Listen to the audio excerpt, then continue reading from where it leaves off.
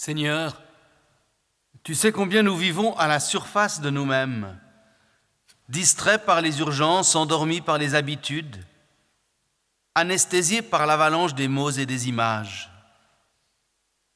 Seigneur, en cette période de l'Avent, viens réveiller notre cœur alourdi, secouer notre torpeur spirituelle. Donne-nous d'écouter à nouveau les murmures de ton esprit qui en nous prie, veille, espère. Seigneur, ravive notre attente, la diligence active de notre foi, afin de nous engager partout où la vie est bafouée, l'amour piétiné, l'espérance menacée et l'humanité méprisée. Seigneur, en ce temps de l'Avent, fais de nous des veilleurs qui préparent et hâtent l'avènement et le triomphe ultime de ton royaume, celui du règne de l'amour. Amen. Et je vous invite à chanter ce premier beau cantique du temps de l'Avent que vous trouvez à la page 309. Et je vous propose de chanter les strophes 2, 3, 5 et 6.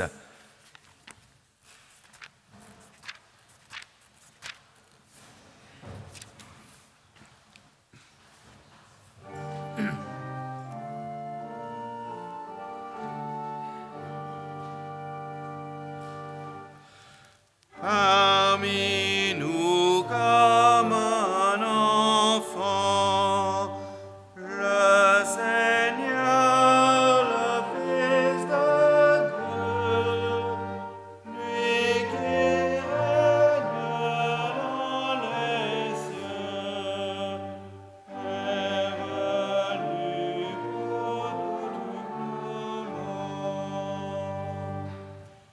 Il est dans le dénuement pour que l'homme libre qu'enfant, il accepte la mort pour partager notre mort. Quand au ciel tu paraîtras,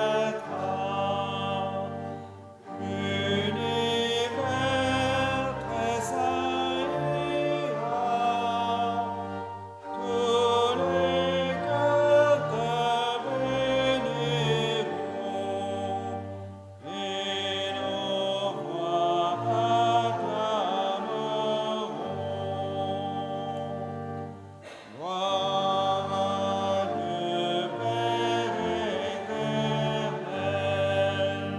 gloire au Fils Emmanuel, à l'Esprit de sainteté, gloire pour l'éternité.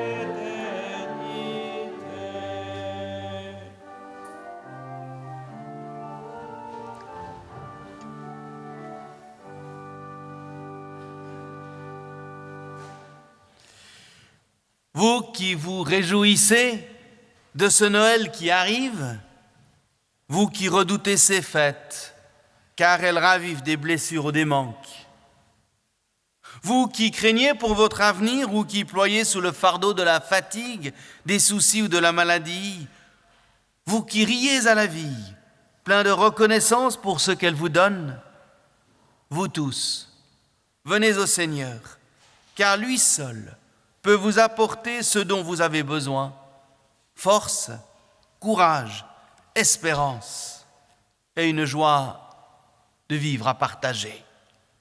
Alors oui, bienvenue à chacune et chacun d'entre vous ce matin pour notre culte du matin dans ce deuxième dimanche du temps de l'Avent.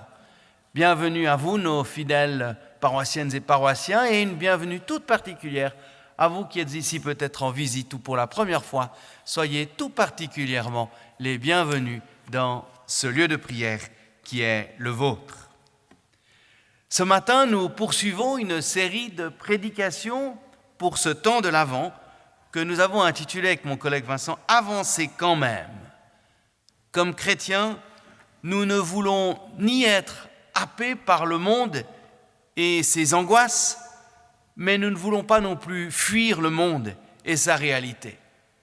Et il nous faut donc essayer de trouver cette ligne de crête entre terre et ciel, entre réalisme parfois difficile et espérance. Et ce matin, nous nous intéressons au poids toujours plus grand des images. C'est intéressant de voir combien ces vieux textes de l'Ancien Testament notamment nous mettent en garde pour des situations qu'ils ne pouvaient imaginer et qui pourtant sont très proches de notre réalité. Mais avant cela, entrons dans la louange en dialoguant le psaume 25. C'est Daniel que j'invite à venir au micro, qui va nous conduire dans cette louange. Elle lira, vous trouvez le psaume 25 dans votre feuillet, elle lira les parties écrites en écriture droite et l'Assemblée lui répondra avec les phrases en italique.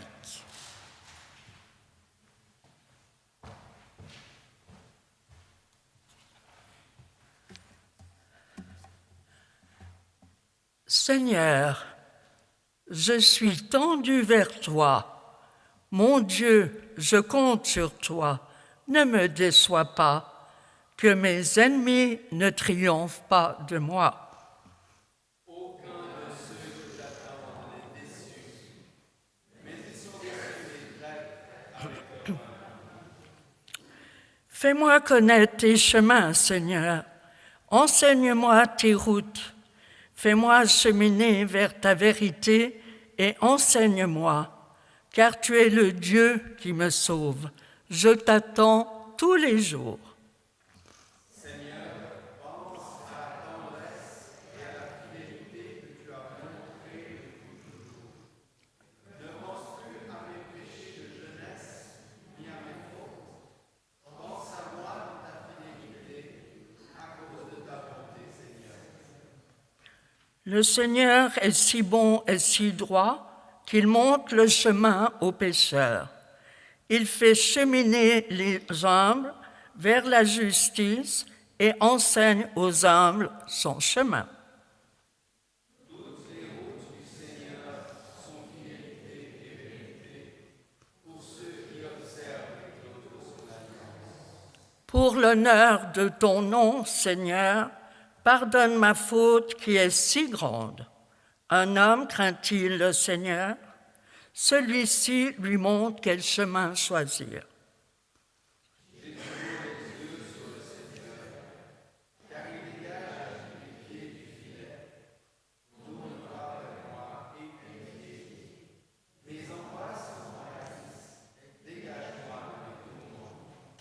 Garde-moi en vie et délivre-moi.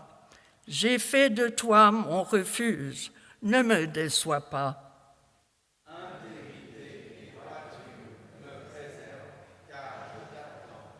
Amen.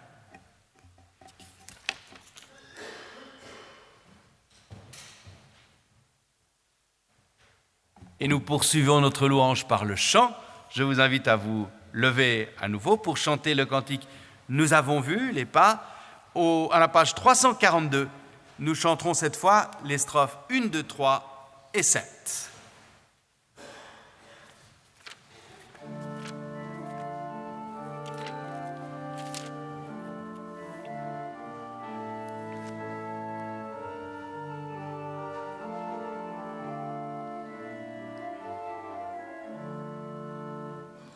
Nous avons vu les pas de notre Dieu, croiser les pas des hommes. Nous avons vu brûler comme un grand feu pour la joie de tous les pauvres. Reviendra-t-il marcher sur nos chemins, changer nos cœurs de pierre? Reviendra-t-il semer au creux des mains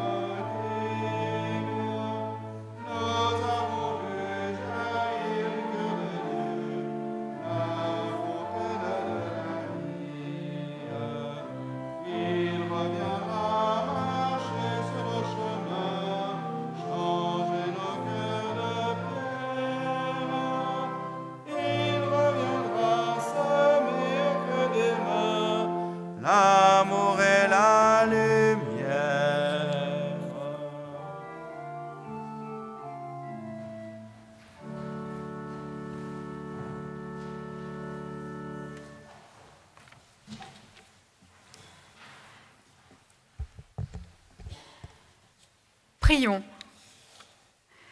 Dieu notre Père, nous te rendons grâce d'avoir choisi d'habiter notre terre et de visiter nos cœurs si souvent inquiets.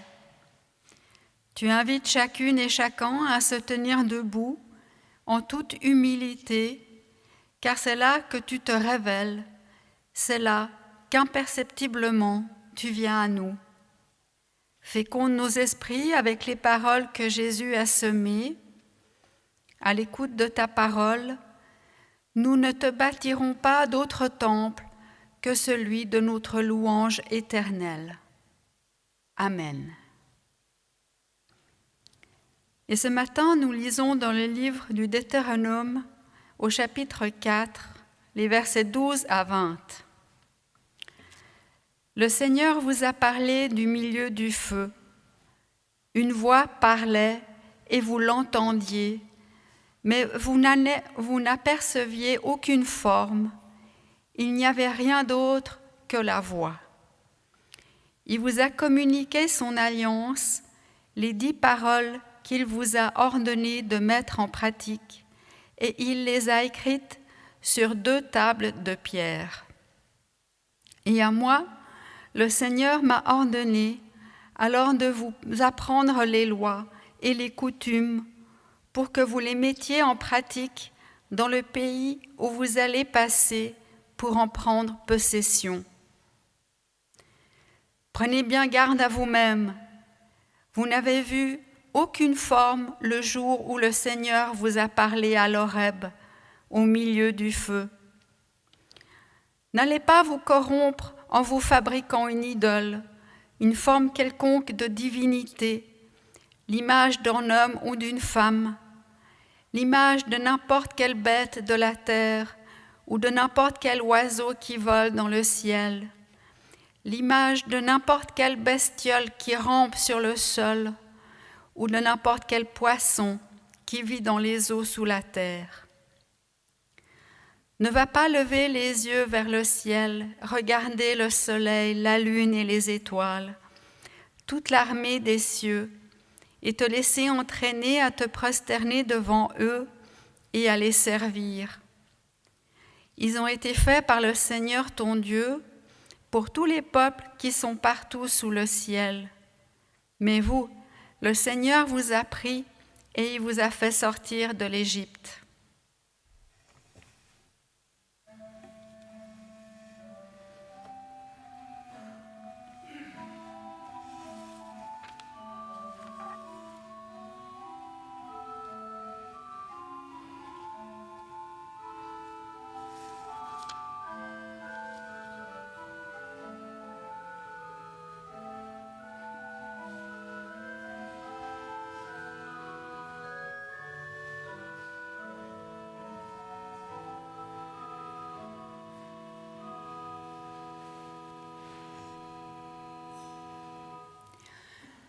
Nous lisons également dans l'Évangile de Jean, au chapitre 1, les versets 1 à 5 et les versets 14 à 18. Au commencement était le Verbe, et le Verbe était tourné vers Dieu, et le Verbe était Dieu. Il était au commencement tourné vers Dieu, tout fut par lui, et rien de ce qui fut ne fut sans lui. En lui était la vie, et la vie était la lumière des hommes. Et la lumière brille dans les ténèbres, et les ténèbres ne l'ont point comprise. Et le Verbe s'est fait chair, et il a habité parmi nous, et nous avons vu sa gloire. Cette gloire que, Fils unique, plein de grâce et de vérité, il tient du Père. Jean lui rend témoignage et proclame : Voici celui dont j'ai dit : Après moi vient un homme qui m'a devancé, parce que, avant moi, il était. De sa plénitude, en effet, tous nous avons reçu, et grâce sur grâce. Si la loi fut donnée par Moïse, La grâce et la vérité sont venues par Jésus-Christ. Personne n'a jamais vu Dieu. Dieu Fils unique, qui est dans le sein du Père, nous l'a dévoilé. Et enfin, toujours dans l'évangile de Jean, au chapitre 20, les versets 24 à 29. Cependant, Thomas, l'un des 12, celui qu'on appelle Didyme, n'était pas avec eux lorsque Jésus vint. Les autres disciples lui dirent donc : « Nous avons vu le Seigneur. » Mais il leur répondit : « Si je ne vois pas dans ses mains la marque des clous, si je n'enfonce pas mon doigt à la place des clous, et si je n'enfonce pas ma main dans son côté, je ne croirai pas. » Or, 8 jours plus tard, les disciples étaient à nouveau réunis dans la maison, et Thomas était avec eux. Jésus vint, toute porte verrouillée, et il se tint au milieu d'eux et leur dit : « La paix soit avec vous. » Ensuite, il dit à Thomas : « Avance ton doigt ici et regarde mes mains. Avance ta main et enfonce-la dans mon côté. Cesse d'être incrédule et deviens un homme de foi. » Thomas lui répondit : « Mon Seigneur et mon Dieu. » Jésus lui dit : « Parce que tu m'as vu, tu as cru. Bienheureux ceux qui, sans avoir vu, ont cru. » Et avant la prédication, je vous invite à vous lever pour chanter le cantique 31:11 à la page 319.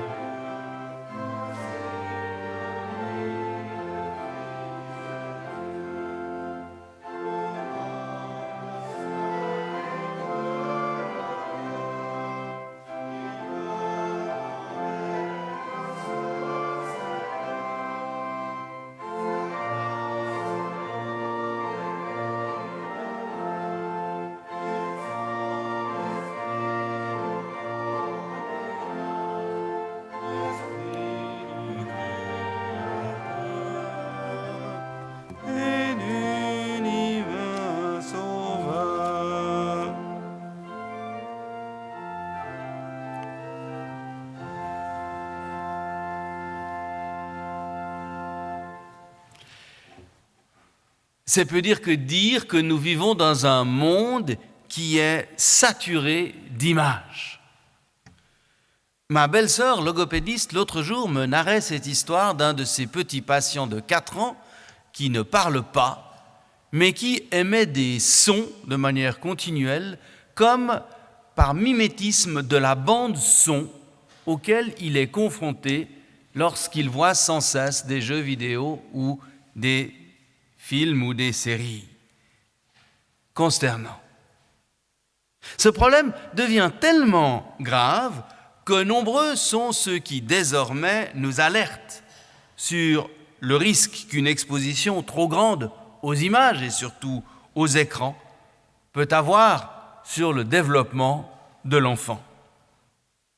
Mais plus généralement, c'est toute notre société qui devient totalement dépendante des images. L'image a pris le pouvoir sur la parole et même sur la pensée. La Bible, on l'a vu encore lors de notre dernière soirée intergénérationnelle, ne parle certes pas du développement du numérique ou de l'intelligence artificielle ou des images, et pourtant, ces vieux textes sont d'une remarquable pertinence concernant ces sujets actuels.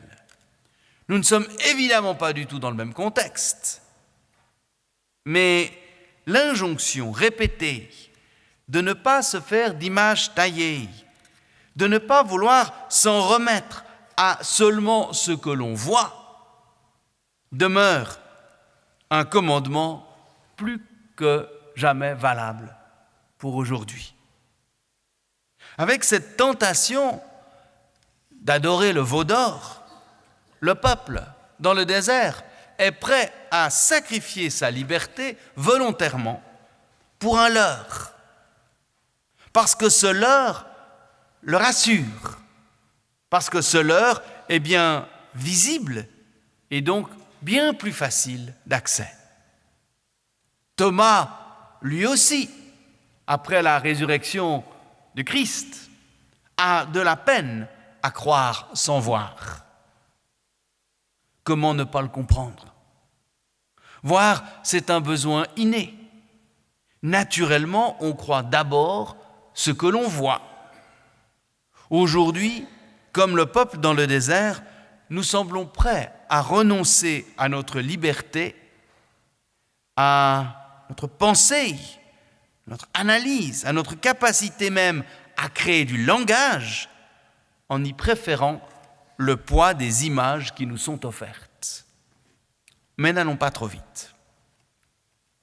Le Dieu que nous nous apprêtons à célébrer à Noël est un Dieu qui se révèle, c'est-à-dire un Dieu qui se donne à voir, un Dieu qui se fait proche et ne reste pas enfermé dans une transcendance aussi inaccessible qu'invisible. Mais Dieu, tout en se révélant à travers la figure du Christ, échappe toutefois à toute forme de représentation qui voudrait le réduire à cette seule image. Dieu se manifeste toujours de manière imprévisible, tel sur la croix, où il se révèle presque par son contraire, ou de manière en tout cas cachée. Certes, Dieu a marqué notre histoire par l'empreinte qu'il y a laissée en venant vivre comme le plus petit d'entre nous, mais Dieu ne se résume pas à ce qu'il nous a donné à voir de lui. On fait toujours cet exercice dans les différents groupes de catéchisme de ce que nous aurions à gagner si Dieu était directement visible et accessible. Alors dans un premier temps, tout le monde semble s'en réjouir en disant que ce serait enfin possible de croire, on pourrait le voir, lui poser toutes nos questions, et très vite, on se rend compte par l'absurde tout ce que nous aurions au contraire à y perdre. La première question serait de savoir, mais qui aurait accès à ce Dieu-là? Seuls les plus grands? Seuls les plus puissants? Un enfant, l'autre jour, alors qu'on discutait de ça, disait « Ce serait dommage si on le voyait, on ne pourrait plus y croire. » Du haut de ses 10 ans, il a tout compris. Lorsque nous célébrons la scène ou un baptême, comme dimanche dernier, nous parlons d'un signe visible qui témoigne d'une grâce invisible. Et la figure du Christ, tel un sacrement, rend cette présence visible, rend visible cet amour de Dieu. C'est l'artiste, le peintre Paul Klee, qui a eu, à propos de l'art, cette belle formule. L'art ne reproduit pas le visible, il rend visible. De fait, à travers l'image, c'est notre rapport à la réalité qui est questionné. Et le Petit Prince l'avait déjà dit. On ne voit bien qu'avec le cœur. L'essentiel est invisible pour les yeux. Voir avec le cœur. Voir au-delà de ce que nos yeux voient. En dépit de l'interdiction de faire des images très vite, l'iconographie chrétienne s'est développée, mais avec un double but. D'abord pédagogique, elle permettait de catéchiser ceux qui n'avaient pas accès à l'écriture, mais aussi esthétique. L'art, qu'il soit pictural ou musical du reste, par sa beauté, est un chemin précieux. Il ouvre des profondeurs nouvelles qui peuvent conduire à la foi. Mais l'art, de par précisément sa dimension artistique subjective, doit demeurer un chemin et non pas un enfermement. Et ce fut tout le débat qui agita la Réforme et les mouvements iconoclastes qui ne voyaient dans toute représentation qu'un seul risque d'idolâtrie. Et c'est vrai que ce risque existe lorsque l'on confond le chemin et le but, lorsqu'on prend la représentation pour la réalité et qu'on lui attribue quelques pouvoirs. Dieu restera toujours plus grand et ne peut être enfermé dans ce qu'on montre de lui. Et c'est du reste ce que révèle le magnifique récit de la Passion, lorsque, vous savez, les disciples accourent au tombeau. Le récit nous dit « Il vit et il crut ». Mais le disciple vit quoi? Précisément du vide. Il n'y avait rien à voir.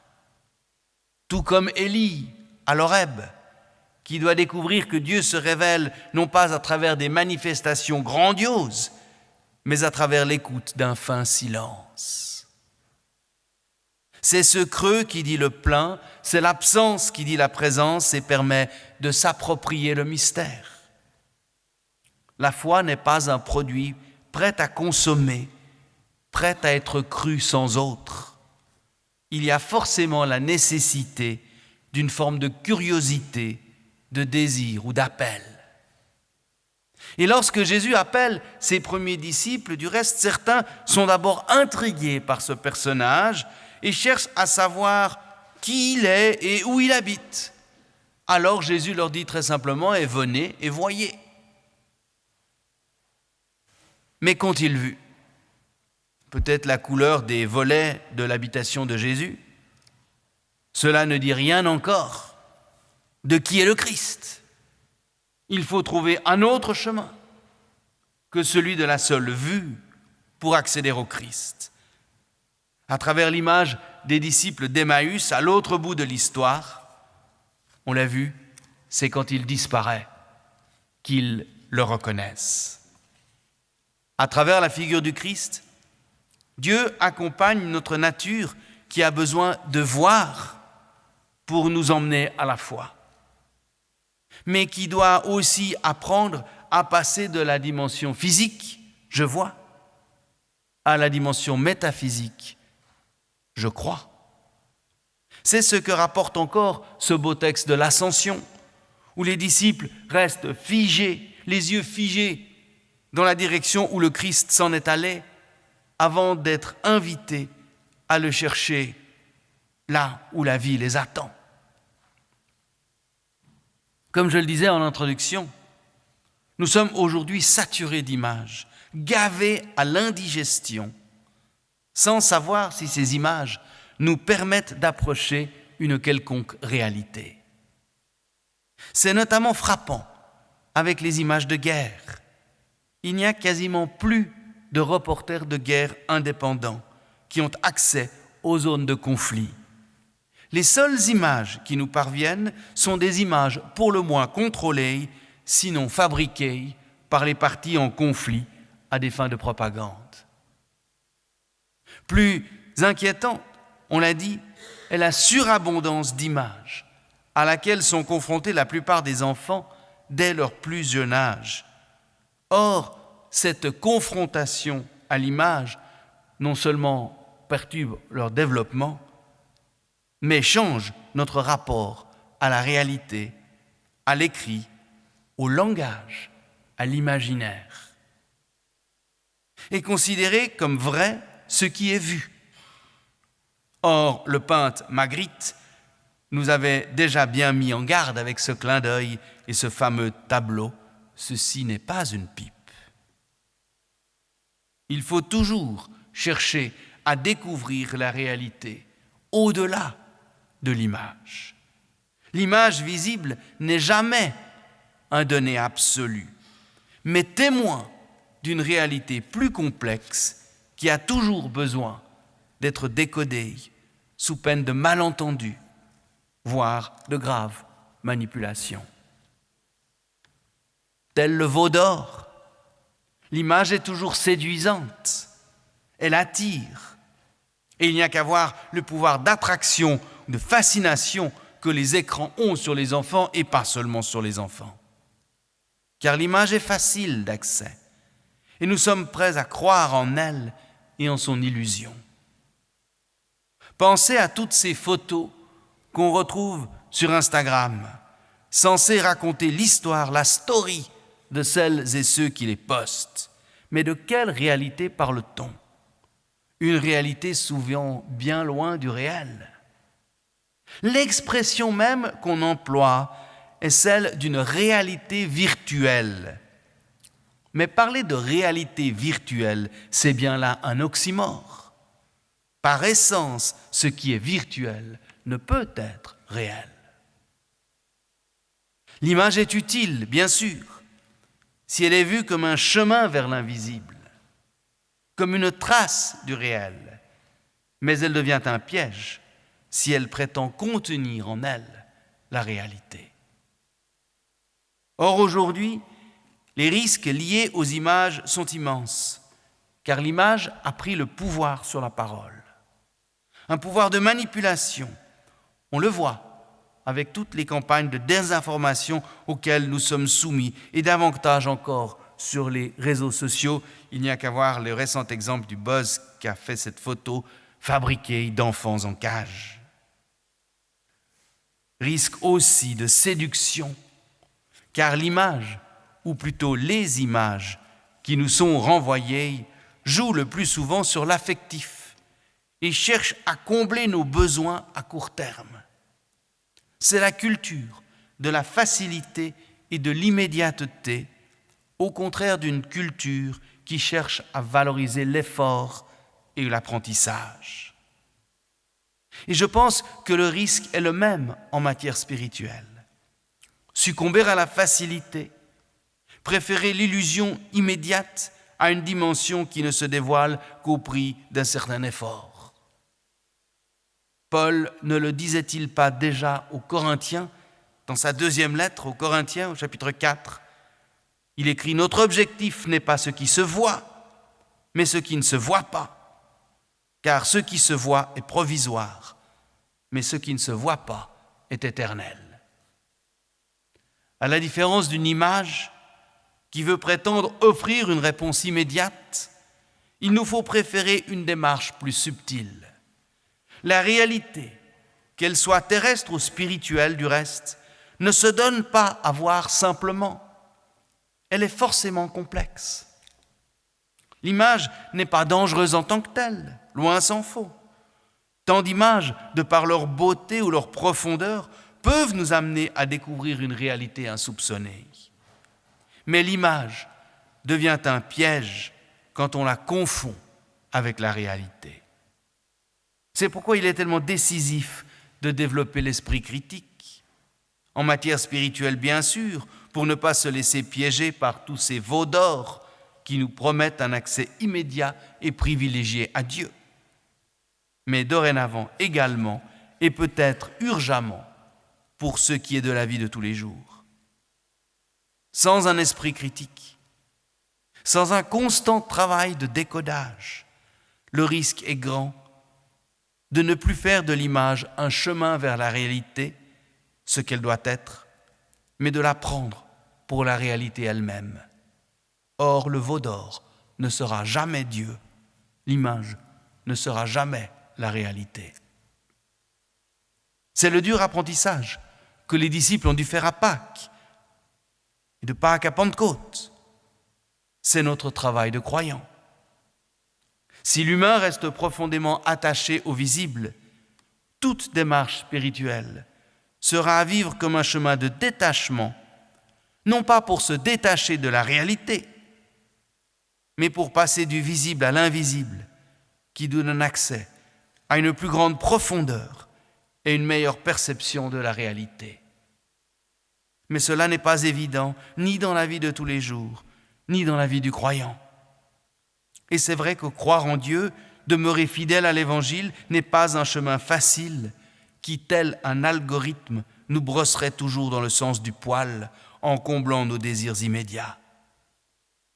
Naturellement, nous sommes attirés par ce qui est visible.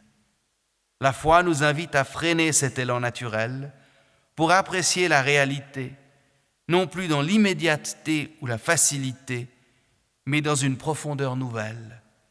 Il ne s'agit pas de voir pour croire, mais bien plus de croire pour voir. Amen.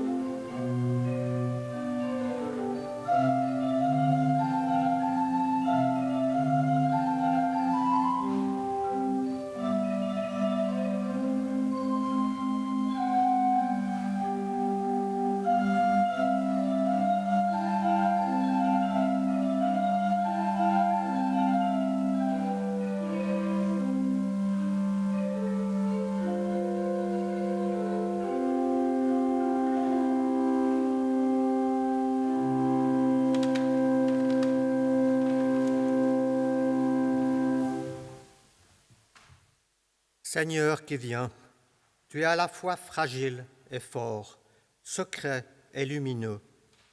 Tu m'échappes et je te trouve. Dieu insaisissable, inimaginable, toi, le Dieu très haut, tu te fais proche dans le silence de notre prière et dans le quotidien de notre vie. Seigneur qui viens, nous avons besoin de ta grâce, même pour t'attendre, car la fatigue et la lassitude nous guettent.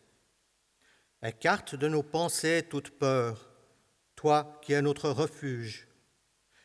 Aide-nous par ton pardon et ton soutien à faire face aux incertitudes du temps présent. Seigneur qui viens, rends-nous plus fermes dans notre foi, plus confiants dans notre espérance, plus actifs dans notre engagement. Par ton pardon et ta paix, donne-nous d'avancer avec sérénité dans ce temps de l'Avent. Amen.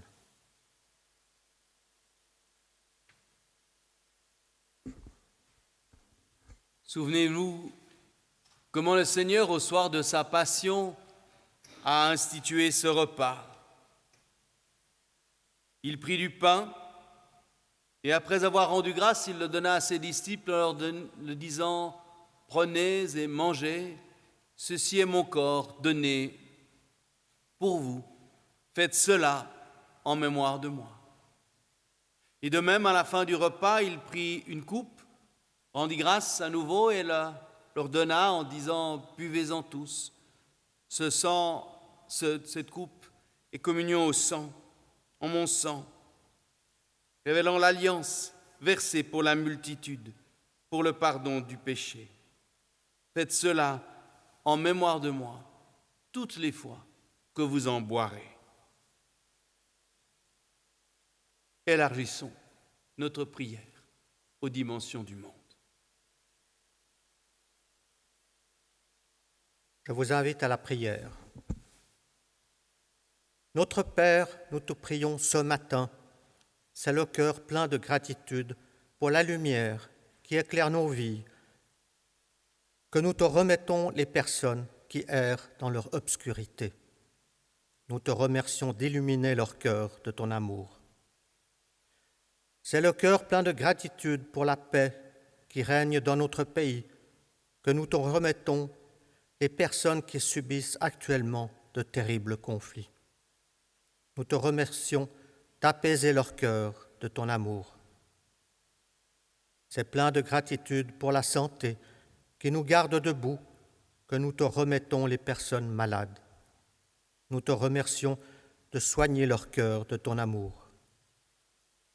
C'est plein de gratitude pour l'amitié qui nous unit, que nous te remettons nos voisins de banc, ainsi que les paroissiens qui n'ont pas pu être présents ce matin.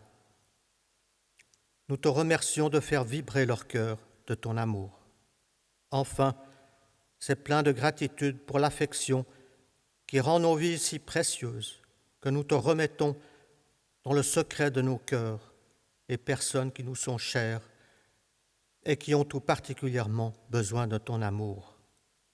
Nous te remercions de réchauffer leur cœur de ton amour.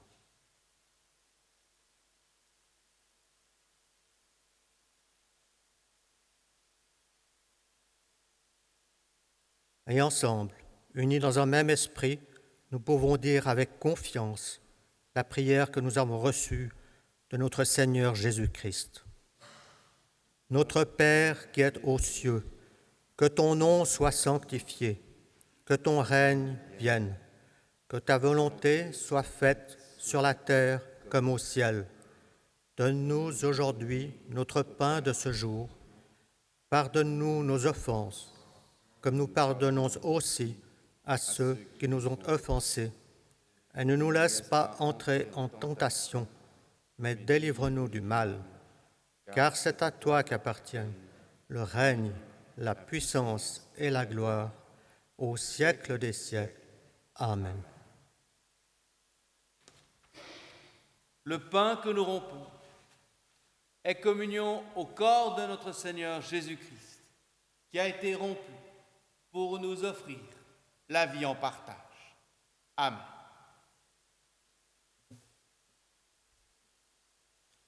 La coupe de bénédiction pour laquelle nous rendons grâce est la communion au sang de notre Seigneur Jésus-Christ, qui a été versé pour nous offrir la vie en partage.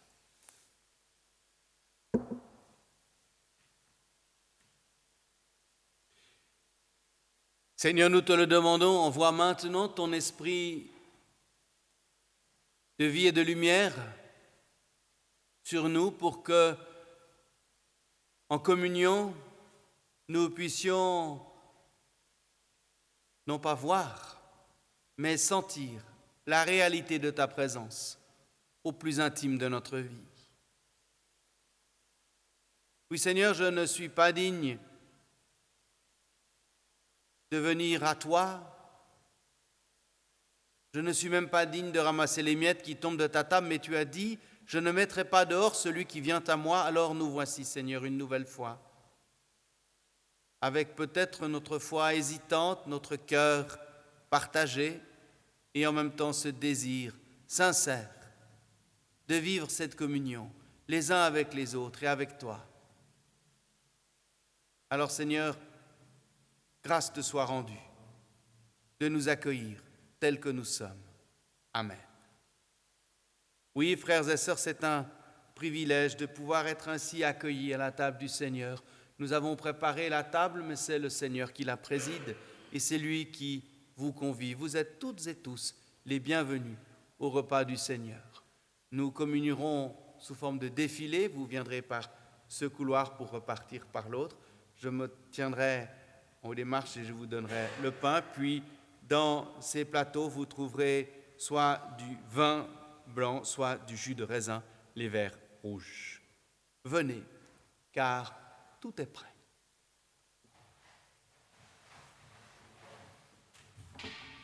Voilà, le temps des annonces pour donner le temps à Norberto de remonter tranquillement jusqu'à l'orgue. Quelques annonces pour vous dire que tout à l'heure, nous aurons notre culte du soir à 20h30 à la chapelle de Champel. C'est mon collègue Marc Pernaud qui le présidera. Cette semaine, il y a pas mal d'activités. Vous les voyez dans le feuillet, notamment la fête de l'éveil à la foi pour Noël avec les tout petits enfants. Il y aura également la célébration à Arcanville vendredi prochain. Dimanche, c'est mon collègue Vincent qui continuera cette série de prédications au temple de Champel. Mais notez déjà que nous aurons plusieurs rendez-vous pour les fêtes de Noël, avec évidemment le 4e dimanche de l'Avent à Malagnou, c'est à 10h le 24 pour le 4e culte de l'Avent et la série de prédications. Mais le 24, nous aurons aussi à 17h, ici même, une veillée de Noël pour tous les âges, bien colorée et qui sera précédée par un avant-culte cette fois-ci, pour vous laisser le temps d'arriver à l'heure à vos fêtes de famille. Nous n'avons pas un après-culte à la veillée, mais un avant-culte avec du vin chaud. Et puis le culte de Noël, évidemment, le 25. Mais n'oubliez surtout pas, le vendredi 22, le concert de Noël, qui est un concert où nous allons participer vivement par le chant, puisque nous serons invités, nous, l'Assemblée, à chanter beaucoup des chants de Noël que nous aimons. Donc ça, c'est le vendredi 22, ici même aux Eaux Vives, et je vous recommande ce moment très, très convivial. Si vous ne recevez pas directement chez vous la feuille du mois ou le journal de la paroisse, n'hésitez pas à en prendre à la sortie. Vous avez ainsi toutes les informations pour les rendez-vous à venir. Et si vous ne les recevez pas, vous pouvez aussi laisser vos coordonnées de manière sur une petite feuille qui est à la sortie, de manière à ce que vous puissiez les recevoir. Il y a également les prédications qui sont à disposition. Et puis bien sûr que nous nous retrouverons tous tout à l'heure pour l'après-culte, j'espère vous y retrouver, que Daniel a préparé et qui sera servi dans la salle juste à côté. C'est un bon moment de faire connaissance, de prolonger, de boire un bon petit café ou un verre de blanc. Et puis nous allons maintenant participer à l'offrande avec quand même un cantique de saison. Vous allez le reconnaître. Je vous propose d'en chanter les strophes 1, 2, 4 et 5 à la page 546.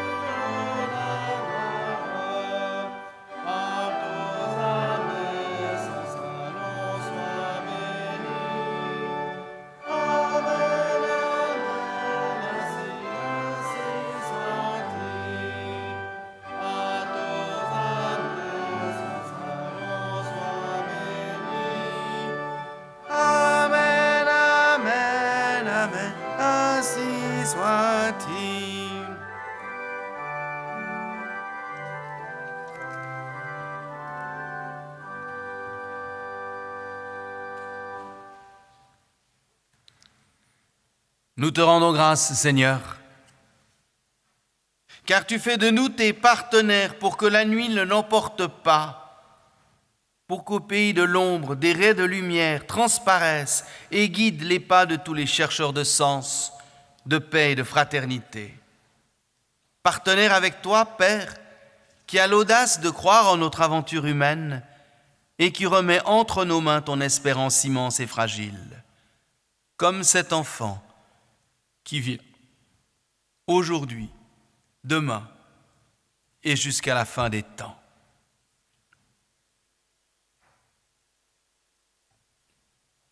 Le temps passe très vite, même si les nuits sont longues.